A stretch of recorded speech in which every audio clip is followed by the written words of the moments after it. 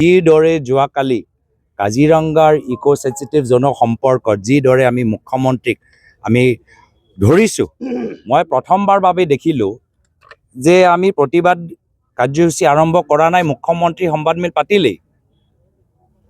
আমাৰ প্ৰতিবাদী কাৰ্যসূচী আমি আৰম্ভ কৰাই নাই আৰু মুখ্যমন্ত্ৰী মহোদয়ে কাজিৰঙা সম্পৰ্কত দিনতে তেওঁ সংবাদমেল দি আমাক উত্তৰ দিবলৈ আৰম্ভই কৰিলে। আমি মূল কথাবোৰ অভিযোগবোৰ উত্থাপন কৰা নাই। তো সেইটোৱে প্ৰমাণ কৰে যে মুখ্যমন্ত্ৰী কেনেদৰে অবৈধ কয়লা চিণ্ডিকেটক সংৰক্ষণ দিয়াটো এই ইকো সেন্সিটিভ জোন যোগেদি যে তেওঁলোকৰ উদ্দেশ্য আমি ফাদিল কৰিলোঁ, সেইটো লৈ তেওঁ কিমান ভয়ত কিমান শংকিত হৈছে আমি বুজি পাইছোঁ। এতিয়া তেওঁৰ কাৰণে কাৰ্বি আংলঙত য'ত অবৈধ কয়লা খনন হয় তাৰ কাউন্সিলৰ যি চিফ তুলিৰাম ৰংহাং ডাঙৰীয়া মুখ্যমন্ত্ৰীৰ বাবে ডাঙৰ এনভাইৰনমেণ্টৰ এক্সপাৰ্ট, য'ত আমাৰ ডিমা হাছাওত অবৈধ কয়লা খননৰ বাবে মানুহ মৰিলে সেই কাউন্সিলৰ চিফ দেৱলাল গাৰোছা মুখ্যমন্ত্ৰী হিমন্ত বিশ্ব শৰ্মা ডাঙৰীয়াৰ বাবে ডাঙৰ এনভাইৰনমেণ্টৰ এক্সপাৰ্ট।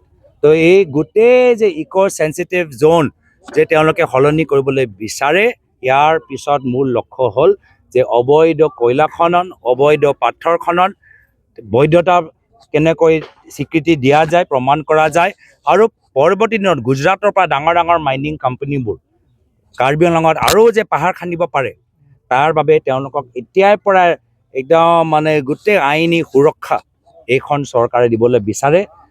শিৱসাগৰ নেপালী খুঁটিত যি হৈছে, কাইলৈ গৈ কাজিৰঙা মধ্য কাজিৰঙা গৈ হ'ব পাৰে। এনেকুৱা যে নহয়, কাজিৰঙা মাত্ৰ এটা সীমা নহয়, বানপানীৰ সময়ত হাতীবোৰ ওলাই আহে, তেতিয়া তেওঁলোকে কাজিৰঙাৰ সীমা ক'ত তেওঁলোকে হাতীবোৰ নাজানে। তেওঁলোকে এলিফেণ্ট কৰিডৰ আছে, 9টা এলিফেণ্ট কৰিডৰ আছে, কাৰ্বি আংলঙত যোৱা বানপানীৰ সময়ত তাতেই যায়।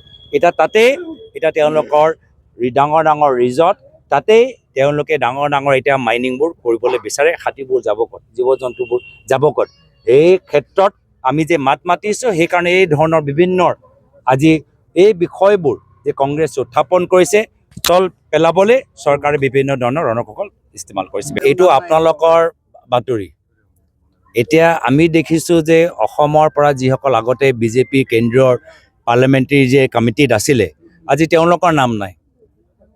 এতিয়া আমি কিবা বুজ লওঁ নেকি?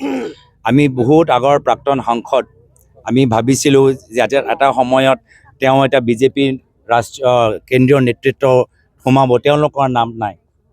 আজি বহুত ক্ষেত্ৰত